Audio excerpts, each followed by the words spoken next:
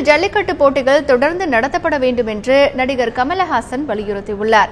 தமிழர்களின் வீரத்தை பறைசாற்றும் ஜல்லிக்கட்டை இன்றைய தலைமுறையினரும் அறியும் வகையில் சென்னை லலித் கலா அகாடமியில் ஜல்லிக்கட்டு கண்காட்சி அமைக்கப்பட்டுள்ளது. இன்று தொடங்கி வரும் 8ஆம் தேதி வரை நடைபெறவுள்ள இந்த புகைப்பட கண்காட்சியை நடிகர் கமல் தொடங்கி வைத்துள்ளார்.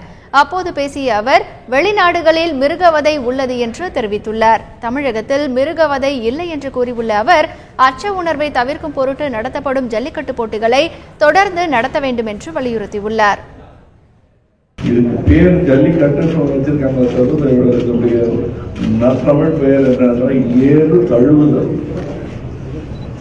அதை அணைச்சு பிடிக்கணும், அவ்வளோதான தவிர ரொம்ப பிடிச்சி முடிக்கிறதோ அதை கொலை பண்றதோ அதுதான் இந்த விளையாட்டு.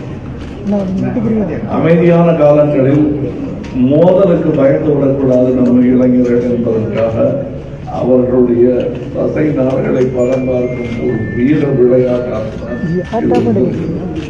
அது தொடர வேண்டும் என்பது என்னை போன்ற ஒரு சிலரது கோரிக்கை.